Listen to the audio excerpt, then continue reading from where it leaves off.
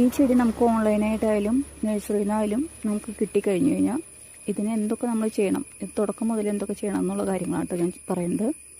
വളരെ ഉപകാരപ്രദമായൊരു വീഡിയോ ആണ്, എല്ലാവരും സ്കിപ്പ് ചെയ്യാതെ കാണുക കേട്ടോ. അപ്പോൾ നമ്മൾ ഇങ്ങനത്തെ ചെടികൾ വാങ്ങുമ്പോൾ നഴ്സറി പോയിട്ട് വാങ്ങുകയാണെങ്കിൽ നമുക്കതിൻ്റെ വേര് പിടിച്ച തൈകൾ കിട്ടും.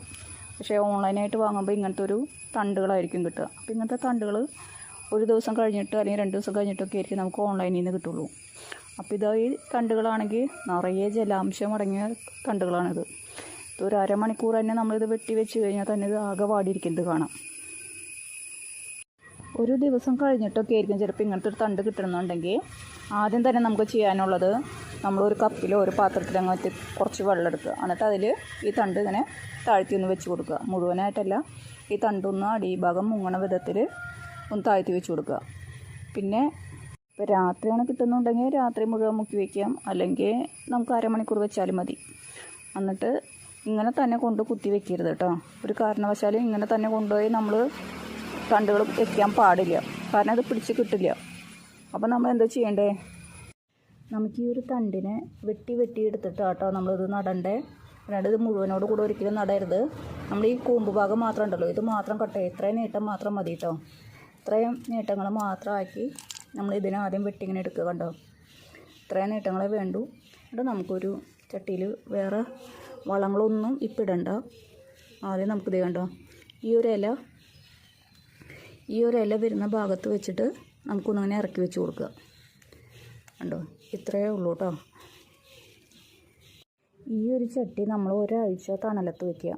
അതിന് ശേഷം നമുക്ക് സാധാ വെയിലത്ത് വെച്ച് കൊടുക്കുക കേട്ടോ. അപ്പോഴേക്കും ഇതിൻ്റെ വേരൊക്കെ വന്നിട്ടുണ്ടായിരിക്കും. ചിലപ്പോൾ നല്ല വെറൈറ്റി ചെടികളാണെങ്കിൽ, കോളിയാസ് ചെടികളാണെങ്കിൽ ചിലപ്പോൾ നമ്മൾ ഈ തണ്ട് ഇങ്ങനെ മാത്രം ഒടിച്ച് കുത്തി ചിലപ്പോൾ അത് പിടിച്ചൊന്നും വരില്ല. അത് നമ്മളിങ്ങനെ കട്ട് ചെയ്ത് വെച്ചേക്കണതിൻ്റെ ബാക്കി പീസുകൾ, ഈ തണ്ടും ഈ കൂമ്പുകളൊക്കെ ഉണ്ടല്ലോ. അപ്പോൾ ഞാൻ കണ്ടത് ഇവിടെ ഇങ്ങനെ വേസ്റ്റായി കിടക്കുന്ന ഒരു സ്ഥലമാണ് കേട്ടോ, ഉപയോഗിക്കാതെ കിടക്കുന്ന ഒരു സ്ഥലം. അപ്പോൾ അതുപോലെ വല്ല മതിലിൻ്റെ സൈഡുകളോ അല്ലെങ്കിൽ വല്ല മരത്തിൻ്റെ ചോടൊക്കെ ഉണ്ടെങ്കിൽ നമ്മൾ അങ്ങനെ ഒരെണ്ണം കൊണ്ട് പിടിപ്പിക്കണം കേട്ടോ. ഈ ചെടികളെ കണ്ടോ, ഞാനിങ്ങനെ ഓരോന്നും ഇങ്ങനെ കൊണ്ട് പിടിപ്പിച്ചിട്ടുണ്ട്. അപ്പോൾ അതുപോലെ നമുക്കൊന്ന് മണ്ണിൽ ഇളക്കി ഇങ്ങനെ ഈ തണ്ടൊന്ന് ഇങ്ങനെ വെച്ച് കൊടുക്കാം കേട്ടോ. അപ്പോൾ നമുക്ക് ചട്ടിയിട്ട് പോയാൽ തന്നെ നമുക്ക് ഇങ്ങനെ ഇവിടെയൊക്കെ ഇങ്ങനെ പിടിച്ച് കിട്ടും. അപ്പോൾ നമുക്കിതിപ്പോൾ നല്ല ഭംഗിയിലൊക്കെ നിൽക്കുന്ന ചെടികളാണെങ്കിൽ നമുക്കതിനെ കൊണ്ട് ചട്ടിയിൽ പറിച്ച് വയ്ക്കുകയും ചെയ്യാം.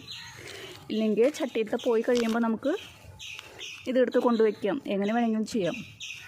അപ്പോൾ ഒരു പ്രൊട്ടക്ഷൻ എന്നുള്ള നിലയ്ക്ക് ഇങ്ങനെ ഈ ചെടികളുടെ എവിടെയെങ്കിലുമൊക്കെ ഒന്ന് കുത്തിയിടുന്നത് നല്ലതായിരിക്കും കേട്ടോ.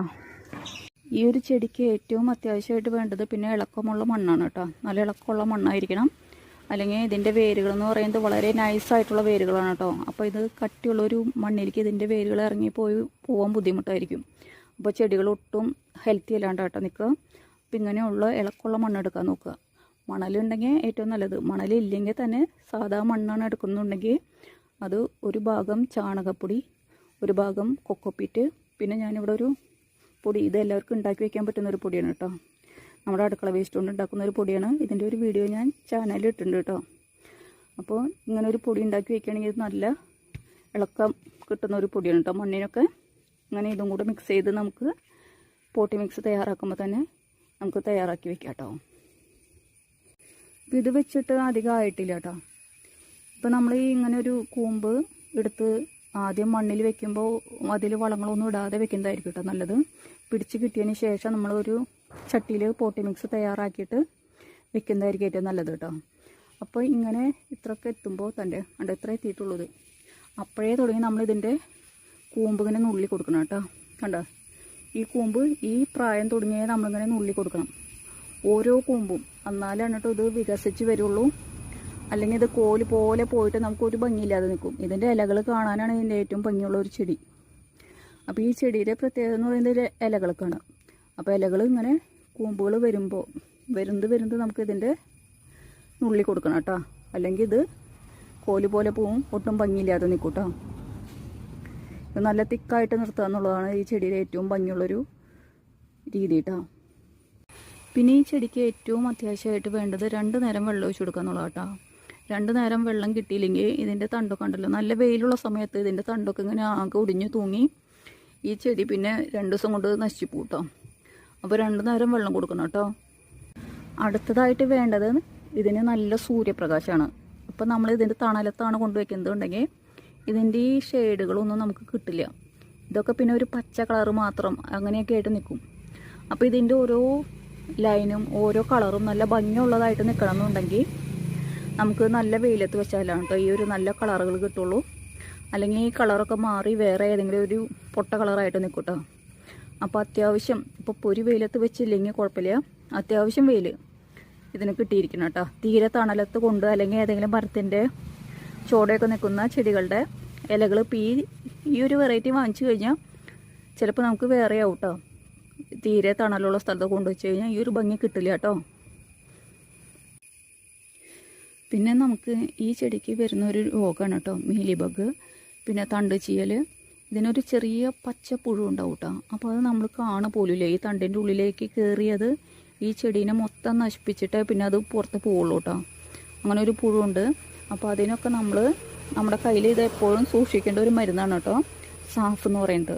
ആ സാഫ് എന്ന് പറഞ്ഞ ഒരു മരുന്ന് നമുക്ക് വാങ്ങിച്ചേക്കുകയാണെങ്കിൽ നമുക്ക് 1 ലിറ്റർ വെള്ളത്തിലേക്ക് 1 സ്പൂൺ പൊടി ഇട്ടിട്ട് നമുക്ക് കലക്കിയിട്ട് സ്പ്രേ ചെയ്ത് കൊടുക്കാം കേട്ടോ. അപ്പോൾ എന്തെങ്കിലും നമുക്കിത് അസുഖം ഉണ്ടെന്ന് നമുക്ക് പെട്ടെന്ന് അറിയാനും പറ്റും. ഇതിൻ്റെ ഇലകളൊക്കെ ഒന്ന് വാടിയിരിക്കുന്നത് കാണാം, അല്ലെങ്കിൽ തണ്ടൊക്കെ ഒന്ന് ചീഞ്ഞ് കറുത്തൊരു ഭാഗമൊക്കെ ആയിട്ട് ഇരിക്കുന്നത് കാണാം കേട്ടോ. അപ്പോൾ നമുക്ക് ആ മരുന്ന് വേഗം അടിച്ചു കൊടുക്കാം. അല്ലെങ്കിൽ വേറൊരു കുഴപ്പമില്ലാതെ നിൽക്കുകയാണെങ്കിൽ നമ്മളൊന്നും ചെയ്ത് കൊടുക്കണ്ട കേട്ടോ. ഇപ്പം ഈ ഒരു ചെടി ഒരു 2 കൊല്ലമായിട്ട് ഈ ഒരു ചട്ടിയിലാണ് നിൽക്കുന്നത്. അപ്പോൾ ഞാനിതിൻ്റെ 1-2 മാസം കൂടുമ്പോൾ ഇതിൻ്റെ ചട്ടിയിലത്തെ മണ്ണൊക്കെ ഒന്ന് ഇളക്കി ഇട്ട് കൊടുത്തിട്ട് ചാണകപ്പൊടിയൊക്കെ ഒന്ന് ഇട്ട് കൊടുക്കും കേട്ടോ.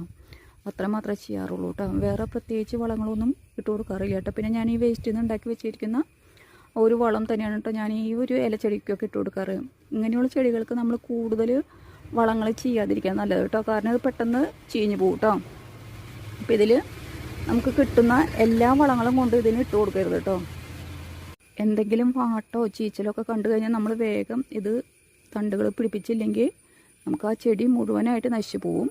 അപ്പോൾ കേടാവുന്നതിനേക്കാൾ മുന്നേ നമ്മൾ ഇതിൻ്റെ ഏതെങ്കിലും തണ്ടുകൾ ഒടിച്ച് കുത്തി പിടിപ്പിച്ചിരിക്കണം കേട്ടോ. ഈ ചെടികളൊക്കെ ഞാൻ വാങ്ങിച്ചത് ഓൺലൈനിൽ നിന്ന് 10 രൂപ 15 രൂപയൊക്കെ കൊടുത്തിട്ട് ഇതിൻ്റെ തണ്ടുകളാണ് കേട്ടോ വാങ്ങിച്ചത്. പിന്നെ അത് കഴിഞ്ഞിട്ട് ഞാനിത് കുറേ എൻ്റെ കയ്യിൽ 100 വെറൈറ്റി അത് ഞാൻ കുറേ സെയിൽ ചെയ്തിരുന്നു കേട്ടോ. ഇപ്പോൾ സെയിലില്ല കണ്ടോ. അങ്ങനത്തെയൊക്കെ നല്ല വെറൈറ്റികൾ ഇതൊക്കെ ഇപ്പോൾ ഒന്ന് റീപ്പോർട്ട് ചെയ്യാറായി നിൽക്കുന്ന ചെടികളാണ് കേട്ടോ. ഇതൊക്കെ ഇപ്പോൾ തൈകളാണ്. ഇതൊക്കെ ഇപ്പോൾ റീപ്പോർട്ട് ചെയ്ത് കഴിഞ്ഞ് നിൽക്കുന്നതാണ് കേട്ടോ. അപ്പോൾ ഇതൊന്നും വലിയ വില കൊടുത്ത് വാങ്ങുന്ന ചെടികളല്ല കേട്ടോ നമ്മൾ. പക്ഷെ ഇതിൻ്റെ ഇലയുടെ ഭംഗി കണ്ടില്ലേ, ഇതൊക്കെ എവിടെ നിന്നാലും നമുക്ക് അത്രയ്ക്ക് ഭംഗിയോട് കൂടെ നിൽക്കുന്ന ഒരു ചെടിയാണ് കേട്ടോ. ബാക്കിയുള്ള ചെടികളെ പോലെ ഒരുപാട് കെയറിങ് ഒന്നും വേണ്ട, നമുക്ക് ഏറ്റവും നന്നായിട്ട് പിടിപ്പിക്കാനായിട്ടുള്ള സുഖമാണ്. ഇപ്പോൾ ഓരോ തണ്ട് പിടിച്ചു കൊടുക്കുക, പിടിപ്പിക്കുക, അത്ര മാത്രമേ ഉള്ളൂ. വേറെ ഒരാഴ്ച കൊണ്ട് ഇത് വേരൊക്കെ പിടിച്ച് നല്ല ഭംഗിയിൽ വന്ന് നിൽക്കുകയും ചെയ്യും. ബാക്കിയുള്ള ചെടികൾ എത്ര കാലം നമ്മൾ നോക്കിയാലാണ് ഒന്ന് പൂവുണ്ടാവുക, അല്ലെങ്കിൽ എത്ര നാൾ പിടിപ്പിക്കണം.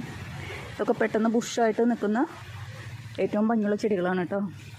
അപ്പോൾ ഇങ്ങനത്തെയൊക്കെ ഒരു 5-10 വെറൈറ്റി ഉണ്ടെങ്കിൽ തന്നെ അതൊരു കുറേ ചട്ടികളിലാക്കിയിട്ട് നമുക്ക് ഇടകലർത്തി വെച്ച് കൊടുത്തു കഴിഞ്ഞാൽ നല്ല ഭംഗിയായിട്ട് നിൽക്കും കേട്ടോ.